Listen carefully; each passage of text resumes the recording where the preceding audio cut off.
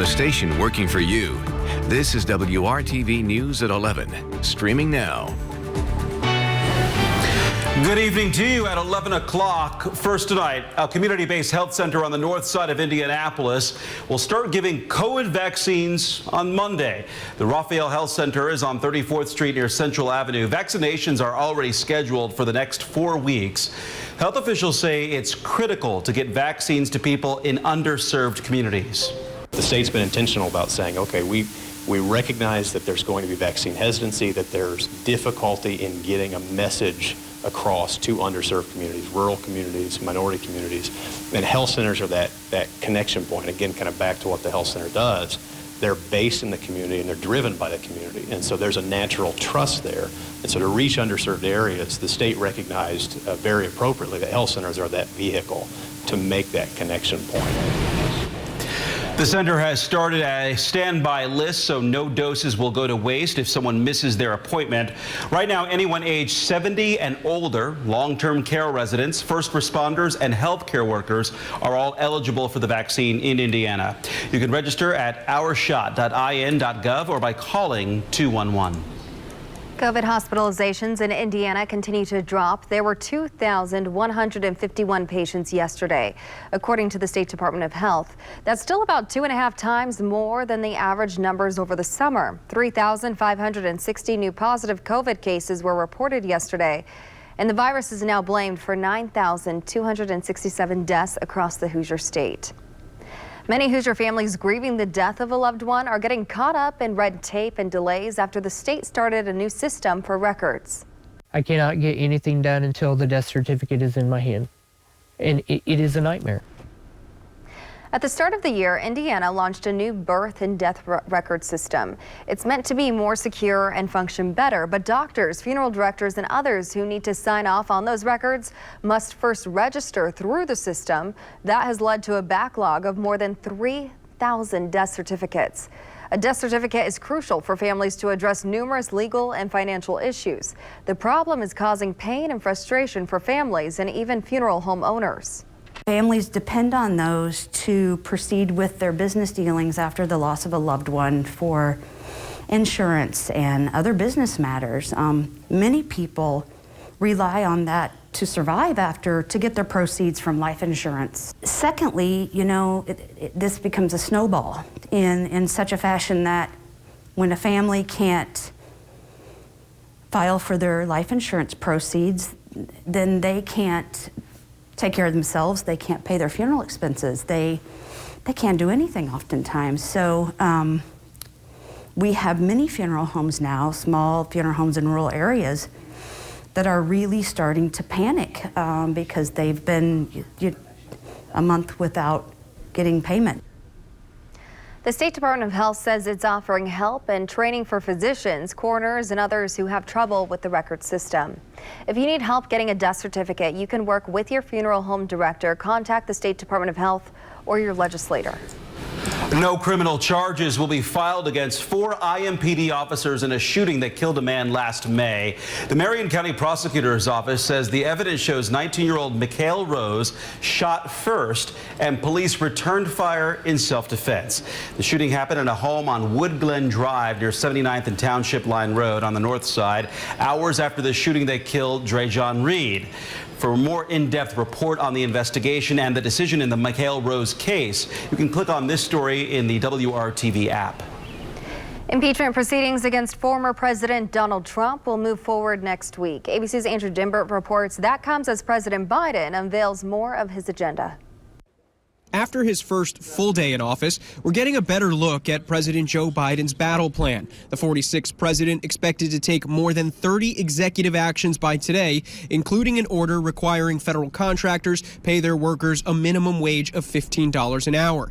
It follows a string of actions the new president's taken to jumpstart his agenda and set the tone for his new administration. And amid the COVID-19 pandemic, he's calling for a full-scale wartime effort to combat the virus. We need more action, and we need to move fast. Biden is seeking to expand coronavirus testing and increase vaccine availability of 100 million shots in his first 100 days in office, a number some critics say isn't ambitious enough. We're not packing up our bags and leaving at 100 days. The Biden plan estimates that a national vaccination strategy with expanded testing requires $160 billion, and he wants an additional $170 billion to help reopen schools and universities.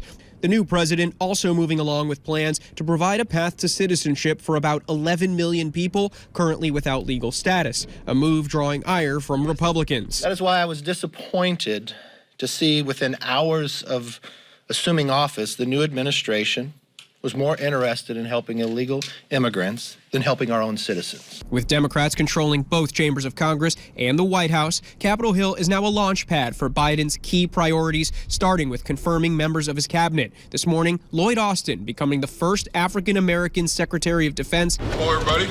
But lawmakers also have their hands full with the upcoming impeachment trial of Biden's predecessor. Senate Majority Leader Chuck Schumer announcing that the lone article of impeachment against Trump will officially be introduced in the Senate on Monday, and the trial itself will begin February 8th. Healing and unity will only come if there is truth and accountability, and that is what this trial will provide.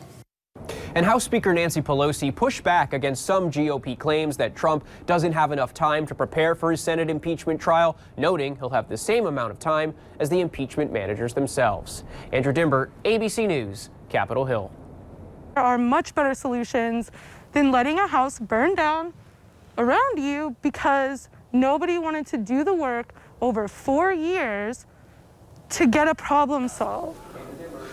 It is a situation people in neighborhoods across central Indiana can relate to. A rundown home goes up in flames after neighbors tried for years to get something done about it. WRTV gets frequent messages from viewers concerned about abandoned homes in their neighborhoods that are potentially dangerous. WRTV's Cornelius Hawker takes us to the south side of Indianapolis, where a homeowner says she saw the destruction coming. This is what Alex Neve was trying to keep from happening. A house fire that she says was preventable if only someone had listened to her. I feel like this was a systemic failure from multiple levels of government. In a series of tweets, Alex detailed how the home next to hers fell into disrepair once the owner died and the home went into foreclosure. Alex says from then until now, people have stayed on the property illegally, and she wants to be clear. She does not want to blame the man most recently using the home for shelter. Seeing him run up to his house was very sad because this is his home. This is where his cat lives. But at the same time, something had to give. He didn't have power here. His house caught on fire, and any of the other houses around here could have caught on fire because his power was cut off. Before the fire, Alex was told by police that they couldn't remove someone squatting unless the owner of the home, a bank in this case, would give them permission. Alex tells me she contacted the bank several times. She even got a hold of these court documents that show at some point the bank asked the court to just dismiss the case around the foreclosure. That leaves Alex and the people in her neighborhood living next to a home that's an open opportunity for someone looking to crash there without having to be responsible for what happens, like a fire that could have spread to other homes if it hadn't been put out in time. We really, as a city, need to be looking into who owns these houses, right? This isn't even the only squatter building, not in the neighborhood. I'm on this one street, 3 blocks down is another one, right? Some other bank owns that house. Working for you, Cornelius Hawker, WRTV. And the Indianapolis Fire Department says the home caught fire because of an outside generator. According to court documents, Wells Fargo is responsible for the home. We plan to follow up with them to get some answers and hopefully resolution for that south side neighborhood. Now to the forecast. WRTV Chief Meteorologist Kevin Gregory joining us now, helping you to prepare for the weekend. Hey, Kevin. And Mark, don't panic over this number. I thought this would make you feel better about the forecasted low tomorrow morning. This is our record set back in 1936 at 18 below zero. We won't be anywhere close to that, but we will be the coldest we've been since Christmas Day. It's 19 in Indianapolis now, 15 in Kokomo. Some spots have the potential to hit the single digits. I think most of us will be in the lower teens. 10 or so in Frankfort and Kokomo waking up tomorrow morning. 12 12 in Muncie, Petersburg at 11. There the temperatures along Interstate 70, 12 or 13 degrees, maybe to 14 as you get to Bedford and Seymour. That's the easy part of the forecast. We'll talk about why it gets more difficult for Sunday and Monday in just a little bit. WRTV is dedicated to showcasing businesses that are surviving and even thriving as the pandemic continues. Tonight, our Cameron Riddle takes us to a new restaurant that is defying the odds. On the west side of Indianapolis, a new restaurant is attracting a lot of attention. California Burger is good, Brian. I'm telling you, the hospitality stay the same. It's been shut down some whole bunch of burger joints around here. At any given hour of the day, the line for California Burger is wrapped around the building and flowing on to 16th Street. Owner Bashar Hugues says the line has been like this since they first opened their doors on January 1st. And people told us all the time that this wouldn't work out, that a burger restaurant in this particular area across, McDonald's wouldn't work out. And it's been the complete opposite.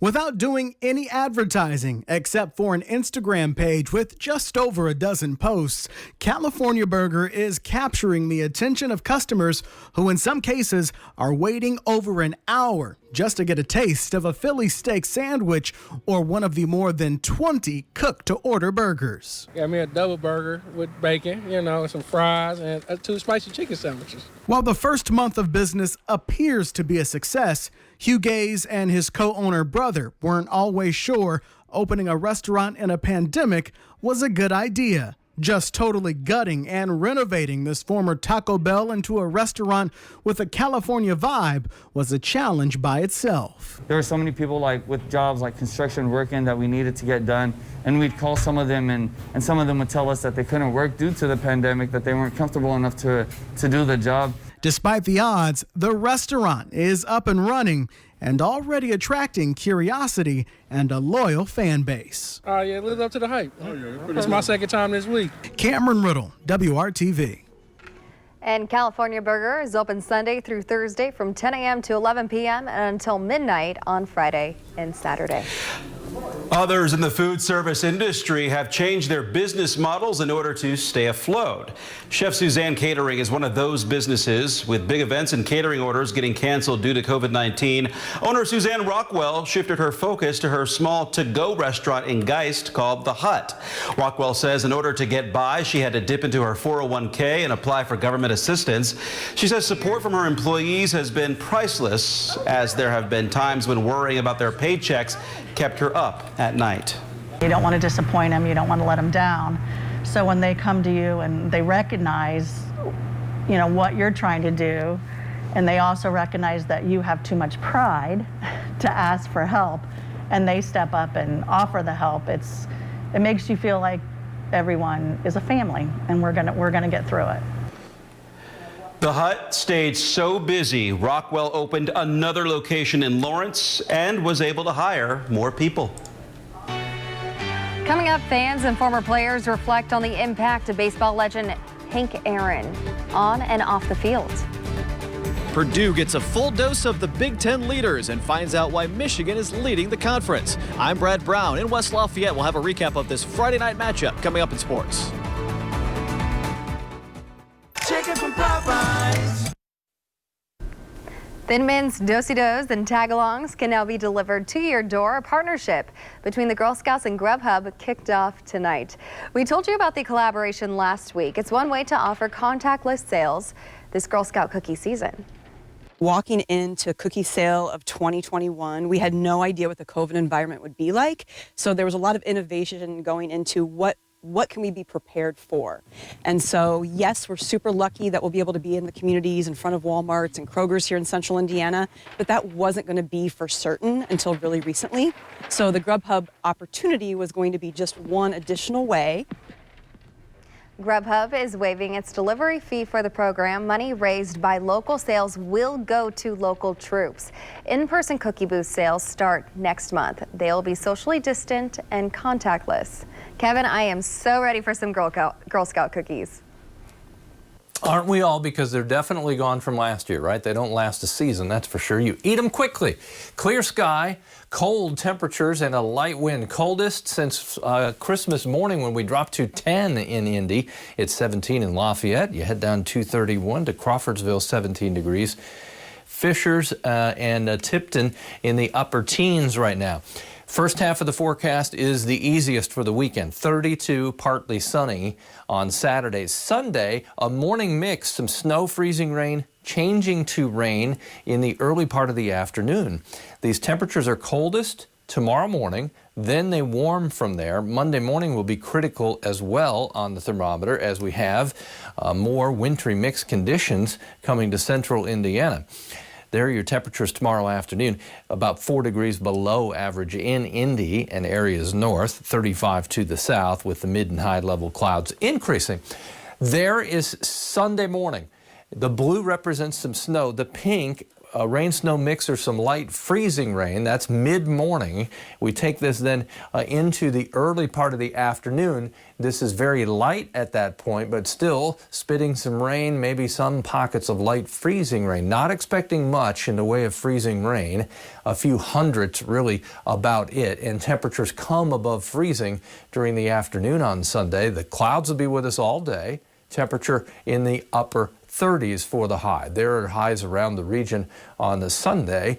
Then let's talk Sunday night into Monday morning. We'll pick it up Monday morning, 7 a.m., rain southern Indiana. As the moisture pushes north, potential for freezing rain again. And this will be more in the way of moisture. This will be something to watch. May have a bigger impact Monday morning into Monday afternoon, especially from I-70 north. Looks like rain south of that. Temperatures will stay above freezing in the afternoon, and then I think what happens is Monday night into Tuesday, we'll have some snow on the backside of that, especially in the northern portion of the state. So Kyle will continue to keep you updated over the weekend on Sunday morning, Monday morning, and then even Tuesday morning. We'll take a nice little break as we get to Wednesday. 35 degrees, temperature still in the 30s Thursday and Friday of next week. Have a great weekend. Mark? You too, Kevin. Thank you. People around the world are remembering the life and career of baseball icon Hank Aaron. That includes his time in Indianapolis. Aaron played for the city's Negro League team, the Clowns, for 3 months in 1952. Of course, he would go on to break records and barriers in the major leagues. His longtime team, the Atlanta Braves, said in a statement that Aaron died in his sleep today at the age of 86. ABC's Elwin Lopez looks back at his life and legacy. The world mourning a true baseball legend. Hank Aaron, forever enshrined in baseball history for this swing. Straight away. Fastball is a high drive into deep left center field. Buckner goes back to the fence. It is gone. On April 8th, 1974, he had his 715th home run, breaking Babe Ruth's record.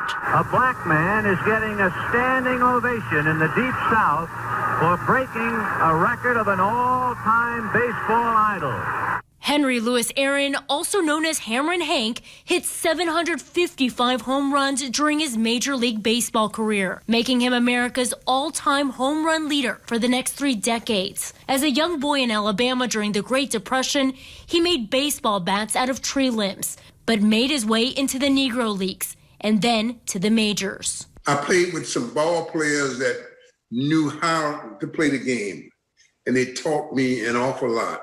He played for the Milwaukee Braves, which ultimately became the Atlanta Braves. His uphill battle to beat Ruth also faced with death threats and hate mail, but he did not let that deter him. He went on to break ground for African Americans in professional sports.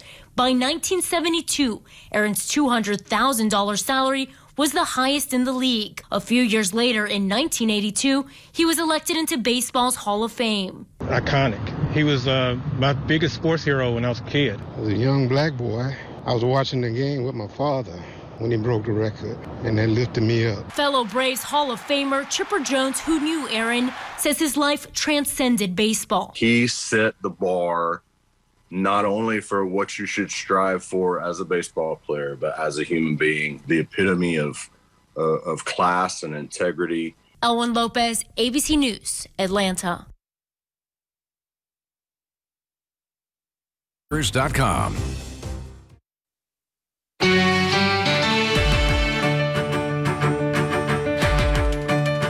Friday night college hoops. We're in West Lafayette, Mackey Arena. These were not common dates on the calendar up until the last couple of years, but tonight Purdue getting a taste of the Big Ten leaders coming in. Kind of a battle of the best team in the conference versus the hottest team in the conference. Purdue came in with a 4-game winning streak. We found out very quickly why everyone is so high on Michigan at this point in the season. Not a particularly pretty game in the first half, but that wasn't really expected on a night like this. Purdue started just 2 of 14 shooting. Meanwhile, Michigan opened up an early 10-point lead. A 3-pointer by Mike Smith forced an early Purdue timeout. A little spark for the Boilermakers after that pause as Zach Edey dunk was on the end of a little 8-2 mini run that got Purdue within 4. But then it all went cold again for the Boilers. Another slump saw Michigan open up a 14-point lead. They were pounding the ball inside consistently, much of it with their talented 7'1" freshman Hunter Dickinson on the bench. Turnovers were hurting Purdue as well. They had 7 in the half, a season-low 21 points at the break. The Boilers were down by 13. Second half, Michigan's biggest lead would be 18 early on. Isaiah Livers finding ways to score. He led the Wolverines with 22 points. During this win streak that Purdue brought into this game, they had strong second half runs each time. Jaden Ivey cut the margin to 10 with his only basket of the half, but tonight they just were not able to get anything else like that going. Michigan was able to maintain down the stretch. Dickinson, averaging 16 a game coming in, only had 8, but effective enough when he was on the floor. 70-53 the final. Purdue, with the loss, drops back a bit into a crowded middle of the Big Ten standings. This one sucks, though.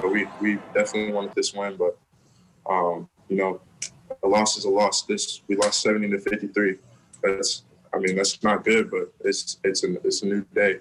You know, we have a new day coming up, and you know, we're just gonna keep working hard, and hopefully we can get another win.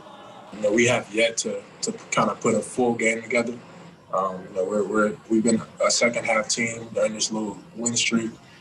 And we just have to once we can put a full 40 together, you know, we'll be a really good team. And a lot of the numbers just not playing in Purdue's favor as well here on Friday night. 31% shooting from the field, just 2 of 11 from three-point range, and they had 14 turnovers. Now they do get a chunk of time before the next one. A full week off. Purdue's next contest comes up here at home next Saturday when they take on Minnesota. Pacers at home again tonight. Miles Turner back in the lineup for Indiana. Hand injury? No big deal. Turner poured in 22 points, had 9 rebounds and 3 blocks as well. Game was tight most of the fourth quarter. Closing seconds, Pacers down 2. Domantas Sabonis gets one to go. He scored 15, had a triple-double. Game went to overtime. That's when Malcolm Brogdon capped off his team-high 23-point night with the 3 biggest of the game. 120-118. Pacers win again. They pull even with Milwaukee at the top of the Central Division standings. A pair of home games against Toronto coming up on Sunday and Monday. Brad Brown, WRTV Sports. Liberty, Liberty. Temperatures in the low 30s, but dry Saturday, partly to mostly sunny. Then that wintry mix to deal with both Sunday and Monday. It's a slow climb from a cold start tomorrow morning, Amanda. Temperatures in the teens to 33 or so for the afternoon high. It's going to be a tough walk to take the dogs out tomorrow morning. Bundle up. Thanks for making WRTV your choice for news. Have a safe and a wonderful weekend. Good night.